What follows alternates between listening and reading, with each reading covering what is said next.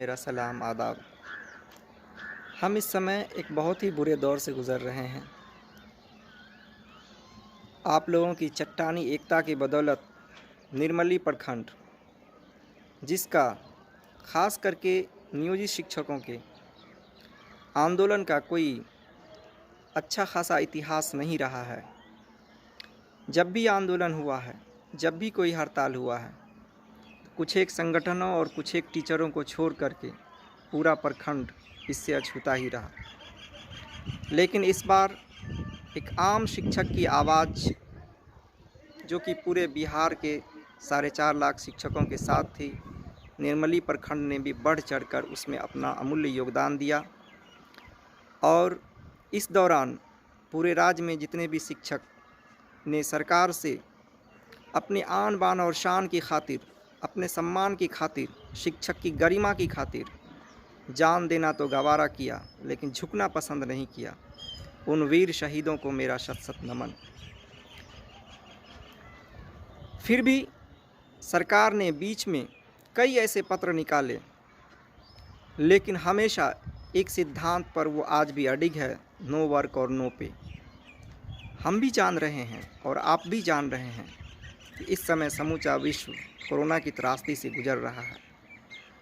सरकारों के सामने वित्तीय संकट है, लेकिन हमारी मांग सिर्फ वेतनमान ही नहीं है।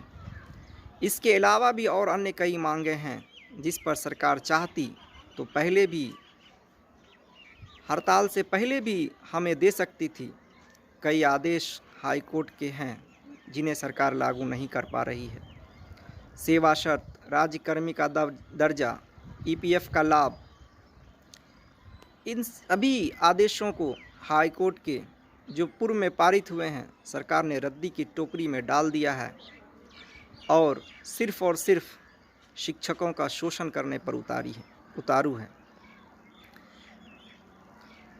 हाँ, हमारे प्रखंड में ऐसा ज़रूर हुआ है कि किसी के बहकावे में आकर के, किसी के फरेब में आकर के कुछ टीचरों ने हड़ताल से बिना कुछ सोचे समझे वापसी कर ली है, और ऐसे शिक्षकों की संख्या 36 के करीब बताई जा रही है।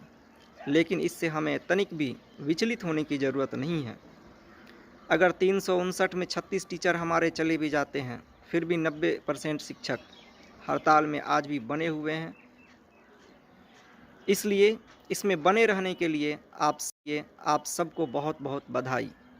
मित्रों, मैं आप लोगों से यही निवेदन करता हूं कि जब तक सरकार से समिति की कोई वार्ता नहीं होती है, आप किसी भी धमकी से नहीं डरें। और ये सब कुछ जो भी हुआ है वो सिर्फ़ और सिर्फ संवादहीनता के कारण हुआ है। क्योंकि जिस दिन नगर पंचायत के 30 शिक्षक निलंबित कर दिए गए थे, उस दिन हमारे प्रखंड के समूचे शिक्षक के अंदर खून उबाल मार रहा था। लेकिन बहुत ही अफसोस की बात है कि आज जरा सी प्रलोभन में, जिसमें सरकार ने इंटरव्यू में, सरकारी महकमे ने इंटरव्यू में सिर्फ ये बात बोला है कि जो शिक्षक योगदान लेंगे उन पर की गई कार्रवाई वापस ली जाएगी, परंतु उनके पत्र का आप अवलोकन करें तो उसमें कहीं भी ऐसी बात नहीं है।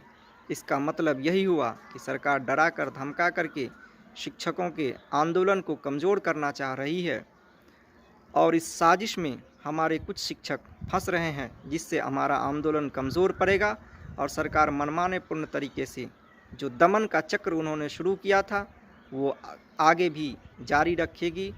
और हम सबों ने जो सपना संजोया था कि नियोजनवाद से मुक्ति लेना है, वो सपना ही रह जाएगा। आप ये कैसे सोच रहे हैं कि सरकार हमसे वार्ता नहीं करेगी? आज सरकार को शिक्षकों की सख्त आवश्यकता है। कोरोना सेंटर पर, क्वारंटाइन सेंटर पर शिक्षकों को लगाया जा रहा है। कई शिक्षक जवाब दे रहे हैं। ऐसे में नियोजित शिक्षकों की उन्हें याद आ रही है। आप देखिए सरकार के साजिश का किस तरह से पर्दाफाश हो रहा है। कई जिला के पत्रों में आनन फानन में ये दिखाया गया कि 3 दिन के अंदर योगदान देकर सूचना दें, नहीं तो कार्रवाई होगी। बहुत सारे मीडिया पर दिखाया गया 28 तारीख को मुख्यमंत्री VC कर समीक्षा लेंगे, ताकि अधिक से अधिक टीचर उसके मकरो फ्रेम में फंसते हुए हड़ताल से वापस आ जाएं। लेकिन आप लोगों ने देख लिया कि आज सरकार की कोई भीसी नहीं हुई। ये सिर्फ और सिर्फ सरकार की नापाक साजिश है। आप लोगों से अंत में एक बार फिर विनती करता हूँ कि कोई भी शिक्षक हमारे प्रखंड के सरकार की इस साजिश को कामयाब नहीं होने दें। जो भी शिक्षक भूलवश या किसी के बहकावे में आकर के हड़ताल से वापस हुए हैं, उन सबों से भी करबद्ध प्रार्थना है कि आप हड़ताल में वापस आएं और शिक्षक एकता को खंडित न करें। जिस एकता का हमने परिचय दिया है उस एकता को बनाए रखें, तभी हमारी जीत सुनिश्चित होगी। आप सबों को अंत में यही कहना चाहूँगा